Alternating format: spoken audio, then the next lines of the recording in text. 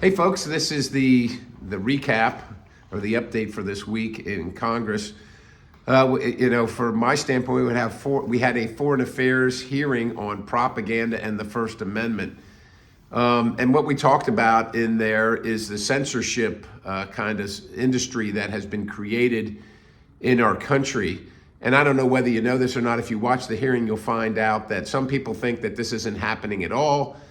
I happen to differ from that opinion, and we found out that indeed $100 million of your tax dollars went to blacklist news outlets that were disfavored from certain people in the government. So it's $100 million of your tax dollars in grant money used to blacklist certain media outlets so that they could no longer get advertisers to advertise on their outlet, and then which is how they stay in business, essentially to drive them out of business.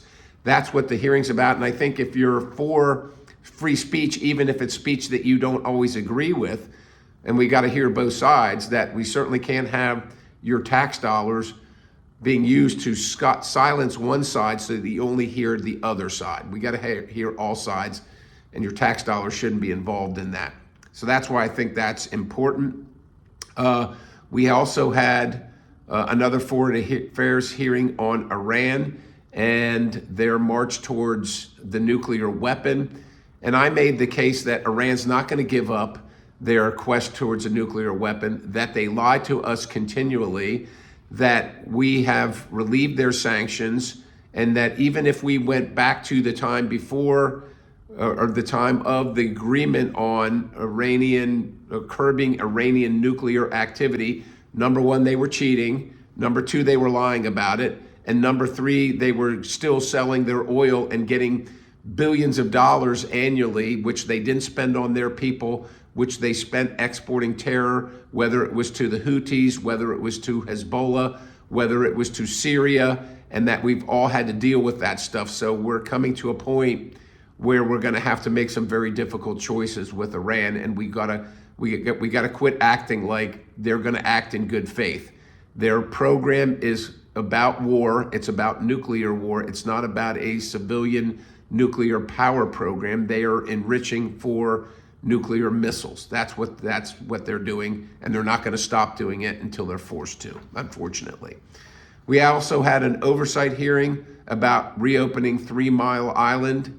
And it wasn't specifically about that. It was kind of about the power needs that we're going to have moving forward, especially with AI and data centers.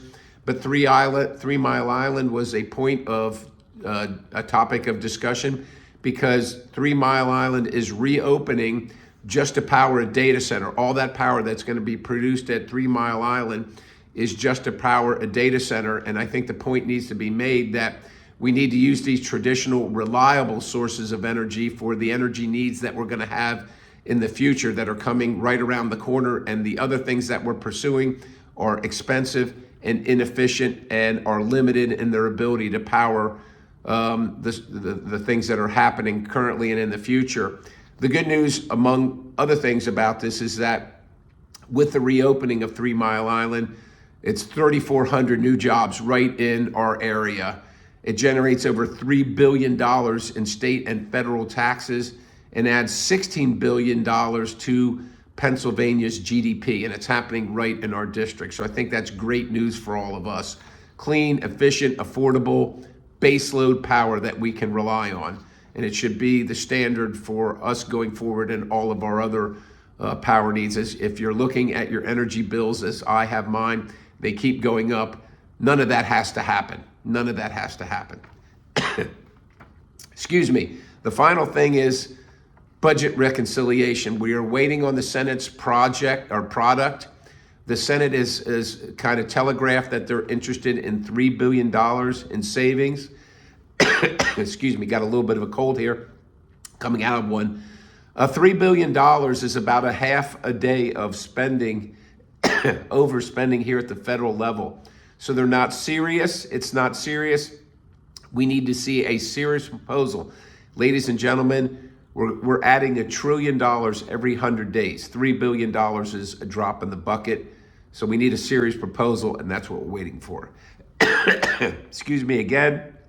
So that's kind of the update for the week, and we'll see what happens next week. God bless you. Have a wonderful and safe weekend.